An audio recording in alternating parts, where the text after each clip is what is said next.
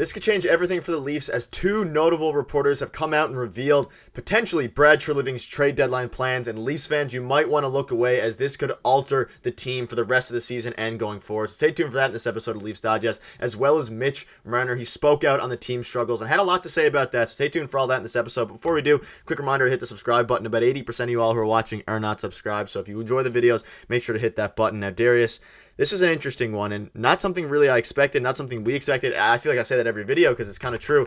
And let's get into it. This could change everything for the Leafs, not only right now, but going forward, and especially as the trade deadline approaches. And let's just get into what the, report is. So this is a tweet of two separate video clips. Feel free to go to this tweet and actually listen to them. I listen to them as well.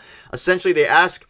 the guys here ask Chris Johnson and Elliot Friedman in two different... Well, one was the podcast, one of them was the show, about the potential for a Leafs trade. And he says that Elliot Friedman and Chris Johnson are reporting that the Leafs might not make any trades. They're obviously battling for the wild card spot. Darius, what are your thoughts on this? Them saying, now they're not saying that no trade is going to happen, but they're saying that the Leafs are kind of standing put, if you listen, and evaluating where they're at right now, and that a trade might not happen if they don't think it's going to either A, put them over the top, or B, it costs too much. What are your thoughts on this? I think if you told me that last week or the week before, I would think you're crazy, but the events of the last week or so have completely changed my thinking as well. This team looks a lot like the 2019-20 Toronto Maple Leafs, and Kyle Dubas at the time did not reward them with anybody at the trade line of notable mention, at least, because he didn't believe in the team. And the way they've been playing as of late in the last few games, the way they've lost, I mean, they've made us sit through the exact same game 4 times in a row over the last week. So just the way they've been playing, I'm not entirely surprised by it. Brad Treliving has been known to not make any huge splashes at the trade deadline. He believes in building his team out, in the offseason, building the team, not just, building the team at the trade deadline the last 2 months of the season. So I'm not entirely surprised just based off performance, because I think things would have been looked at very differently even as early as a week and a half ago. But that's the NHL. Things change very quickly, and I'm not sure management has that much confidence in the group right now.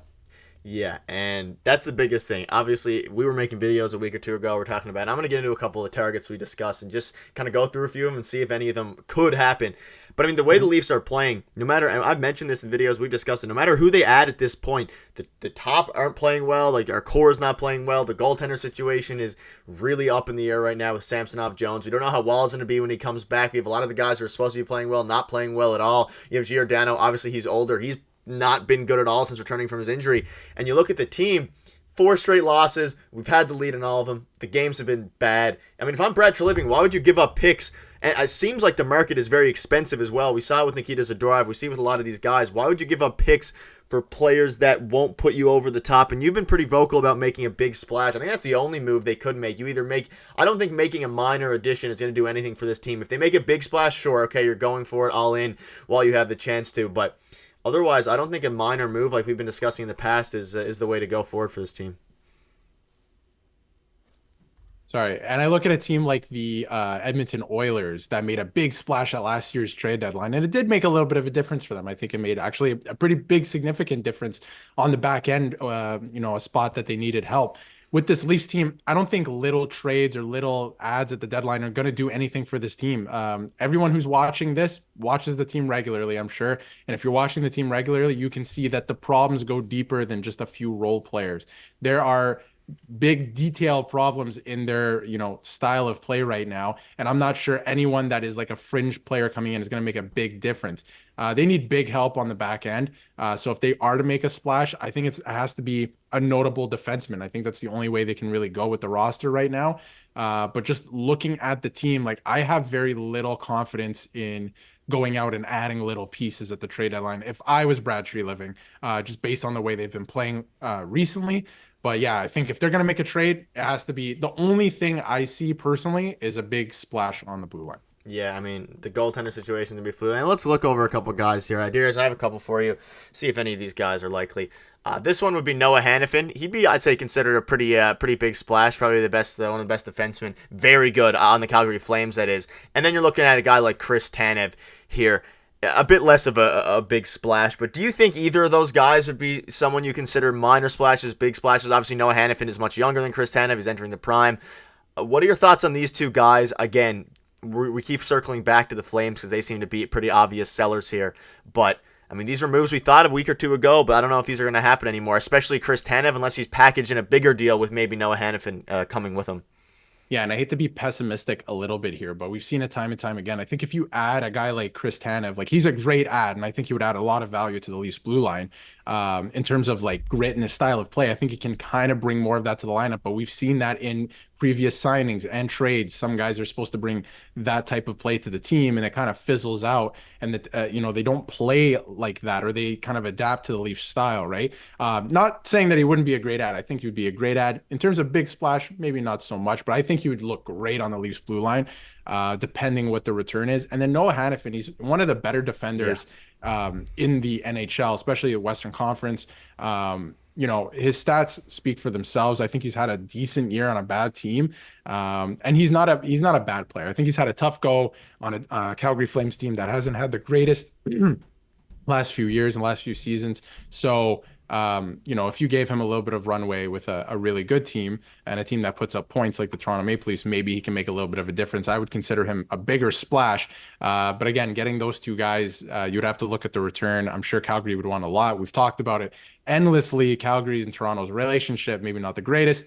But I think they would both be interesting ads. I just am not sure Tanev kind of moves the needle, if that makes sense. Alone, at least. Yeah, we know Brad Treliving wants to add guys with contract, or at least young guys he can use going forward, and I don't know if Tanev is the piece for that. So let us know in the comments what your thoughts are on this. It's an interesting one, and again, we won't know until the deadline happens. I'm sure more reports will come out that they might end up being interested in players, but this is the latest we got from those two. And let's move on now quickly. We discussed a little bit to Marner speaking out in the struggles. Darius, I'm going to read out the quote here, and I'll just get your kind of final thoughts on the Leaf struggles before we wrap up, because it's been pretty bad. And he basically said that the Leafs aren't frustrated. Quote, we got to ignore what everyone else says. We know we're a great hockey team. We show up every night. These last 4 games, we've had leads. We've played some awesome hockey, some great hockey. And I guess the silver lining here is, I guess the Leafs know, and we know if they're going to do anything this season, it's not going to be via an acquisition. It's going to be the guys who they currently have need to step up. Obviously, we need better blue line. We need better goaltending. But both of those things are kind of up in the air right now. Did you like this quote? Did you think it was not true? Do you think they're not playing great hockey? What are your thoughts on it? Well, it first came out, and I think everyone since until this point is kind of making fun of him for it. I understand what he's trying to say in this quote. He's trying to say that we are a good hockey team. Teams go through slumps, all that stuff, like the logical thinking stuff. But I feel like he's being a little bit dismissive, almost delusional in a quote like that. Because he's just, putting everything on the back burner. He's like, you know what, we're a good team. We don't have to worry about this stuff. We'll find it. I think there are things to worry about, especially last night's game. The details are not there. I think defensively, like structure wise, like they are just not there. Like their heads are not in the game in terms of that. So if I'm Mitch Marner saying that, I understand what he's trying to say. Like, let's not get ahead of ourselves. We know we're a good team. The confidence is in the room. The answer is in the room. Teams and GMs always use that phrase, the answer is in the room.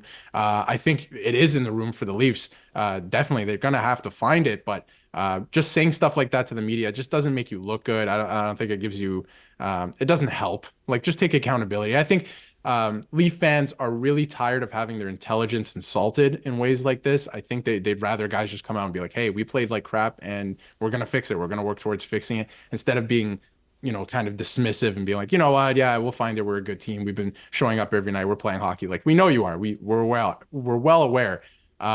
We just, want to see you guys put it together. That's all it is. So, yeah, interesting for Mitch Marner. I think he could have handled it a little bit better, and I think some of the quotes are taken out of context as well. But yeah, pretty interesting. I think if he just took some more accountability and didn't be as dismissive, I think it would be better for him. Yeah, and it's going to be interesting to see how this kind of shapes Sheldon Keefe going forward. 'Cause I wouldn't be surprised if he gets let go here before the deadline, and maybe that's their big move that they make. But it's going to be very interesting, and let us know in the comments what your thoughts are on all of this stuff. We'll have the latest news for you regardless of what happens, and hopefully they do something and don't just stand around. But thank you guys for watching. See you later.